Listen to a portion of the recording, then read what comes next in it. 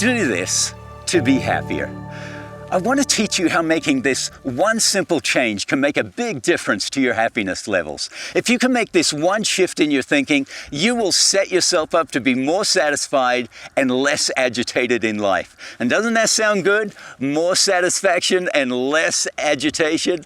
Hi, I'm Dr. Wes, clinical psychologist and advocate for your well-being. Here's the change I'm talking about.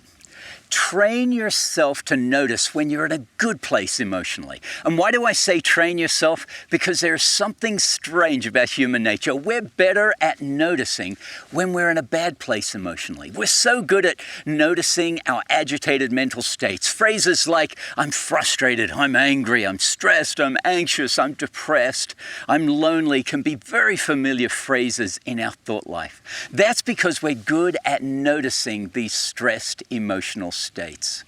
But we are not so good at stopping to notice that we're in a good place emotionally. Rarely do we stop to acknowledge the good mental states.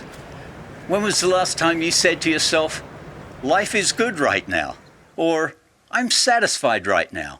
Or, right now I'm happy?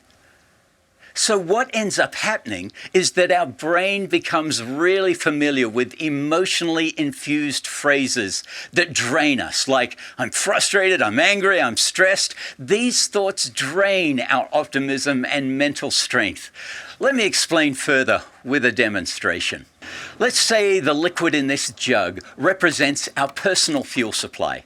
We need personal fuel to get through the day. Whenever we answer a text, respond to an email, pay a bill, have a conversation, clean up a mess, or organize something, it drains a little bit of fuel from our personal fuel supply. And maybe if you get hit by something really hard in life, you get injured, you get criticized, you lose a job, or lose something valuable, or worse, lose someone who is loved by you, then a lot of your personal fuel drains out, leaving you with hardly anything in your personal fuel supply. Now, life is hard, but it's much harder on us when our personal fuel supply is running super low.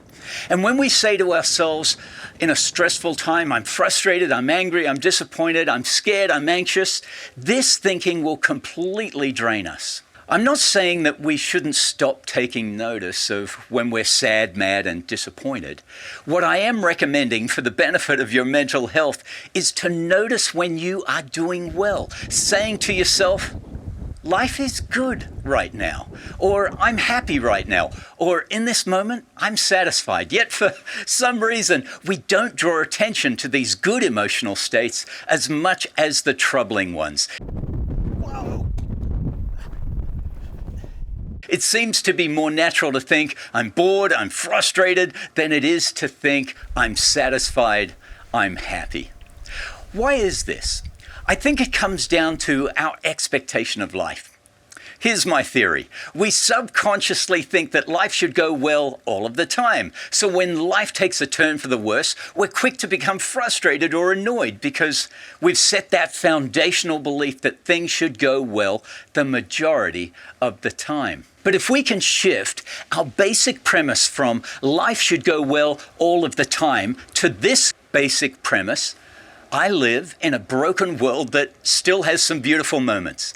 And if our foundational premise is that we live in a broken world that still has some beautiful moments, then we're not going to be surprised when the challenging stuff happens, because tough stuff happens in a broken world. But we also acknowledge that while the world is broken, there is still beautiful moments to be experienced. We just don't expect these beautiful moments to last forever. When we're experiencing moments of delight, we have the option to pause and say to ourselves, life is good right now. And when we pause to notice these moments of beauty and delight, our spirit is lifted and we replenish our personal fuel supply.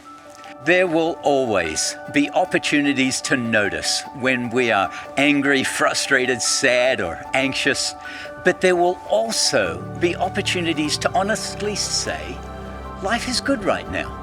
Life at the moment is peaceful. Right now I'm satisfied. Even in this broken world, there will always be opportunities to notice life is good right now. And the more you recognize the good moments, the more attuned you will become to noticing the good moments. So I'm not saying don't ever think that life is hard right now. All I'm asking you to do is notice when things are good.